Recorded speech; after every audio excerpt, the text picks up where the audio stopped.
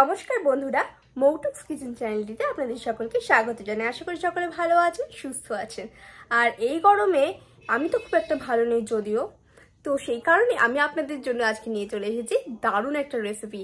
আজকের এই রেসিপিটা কিন্তু একবার অবশ্যই বাড়িতে ট্রাই করবেন, আর এই গরমে কিন্তু অবশ্যই ট্রাই করুন। আর অবশ্যই ভিডিওর শেষে কিন্তু কমেন্ট করে জানাবেন যে রেসিপিটা কেমন লাগলো। তো চলুন বলেই ফেলি আজকের রেসিপিটার নাম কি। আজকে আমি আপনাদের বানিয়ে দেখাতে চলেছি 2 রকমের লস্যি, মানে দুটো ফ্লেভারে আমি আজকে লস্যি বানিয়ে দেখাবো। তো চলুন আর বেশি দেরি না করে শুরু করা যাক।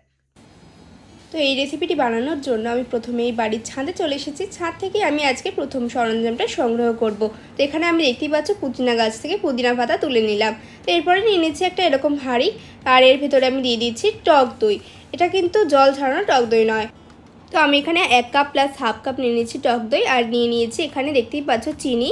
আমি এখানে চিনি নিয়েছি 3/4 কাপ, আর নিয়েছি গুঁড়ো দুধ 2 টেবিল চামচ, তারপরে হচ্ছে এখানে লিকুইড দুধ নিয়েছি একটুখানি অল্প পরিমাণে, আর এখানে নিয়ে নিয়েছি খোয়া ক্ষীর 2 টেবিল চামচ, আর নিয়ে নিয়েছি দেখতেই পাচ্ছ এখানে টক দইটা, আর একটা এরকম ডাল ঘুটি নিয়ে নিয়েছি। সেই ডাল ঘুটিটা দিয়ে কিন্তু আমি আজকে এই রেসিপিটা বানাবো। তো সেই কারণেই প্রথমে দেখতে পাচ্ছ হাঁড়ির ভেতরে দিয়ে ভালো করে এটাকে আমি মিশিয়ে নিচ্ছি সুন্দর করে। তো এর ভেতরে আমি দিয়ে দিচ্ছি 3/4 কাপ সেই রেখে দেওয়া চিনিটা।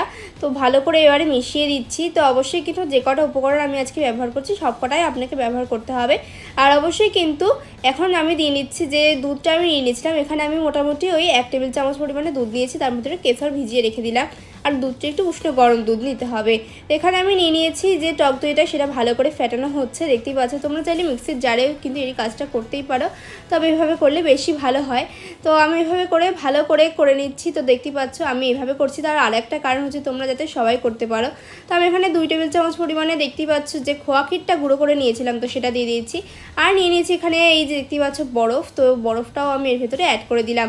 এবার আমি যে গুঁড়ো দুধটা রেখেছিলাম 2 টেবিল চামচ পরিমাণে, তো সেটাও আমি এর ভেতরে অ্যাড করে দিলাম। আর এবার দিয়ে দিচ্ছি আমি বিট লবণ। বিট লবণটা কিন্তু অবশ্যই আপনাদের স্বাদ অনুযায়ী আপনারা দিয়ে দেবেন। এবার আরও কিছুটা বরফ এভাবে ক্রাশ করে আমি এর ভেতরে দিয়ে দেবো। দেখতেই পাচ্ছেন খুব সুন্দরভাবে দিয়ে দিয়েছি, আর সমস্ত কিছু এবার একসাথে ভালো করে মিক্স করে নিচ্ছি। তো এরপরে আমি এর ভেতরে দিয়ে দেবো 3 কাপ পরিমাণে জল। আপনারা চাইলে ঠান্ডা জলও দিতে পারবেন। তো ভালো করে মিক্স করে নিতে হবে এই পর্যায়ে এটাকে। এই পর্যায়ে কিন্তু একবারেই 3 কাপ জল আপনারা দিয়ে দেবেন না, অবশ্যই কিন্তু 3 বারে দেবেন। তো ভালোভাবে আমি মিশিয়ে নিচ্ছি। আর যদি একটু পাতলা চান আরও, তাহলে কিন্তু জলটা আরও পরিমাণটা বাড়িয়ে নিতে পারবেন। তো এখানে আমি এবার যে পুদিনা পাতাটা তুলে এনেছিলাম গাছ থেকে, তো সেটা এখন ভালো করে এই হামুদিস্তা দিয়ে পিষে নিলাম। তো এটাকে পেস্ট করার দরকার নেই, এভাবে একটুখানি পিষে নিলেই হবে। তো এখন আমি একটা কাপে ফার্স্টটা তৈরি করছি। তো দেখতে পাচ্ছি দুধটা নিয়ে নিলাম যে কেশর ভিজিয়ে রেখেছিলাম। তো এর ভেতরে আমি দিয়ে দিচ্ছি আমার লস্যি। এর ভেতরে ওপর দিয়ে আমি ছড়িয়ে দিচ্ছি চাট মশলা।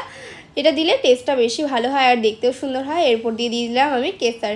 তো এই যে রেডি হয়ে গেল আমার ফার্স্ট লস্যিটা। আর এবার আমি সেকেন্ডটা তৈরি করার জন্য ভেতরে দিয়ে দিচ্ছি পুদিনা পাতা।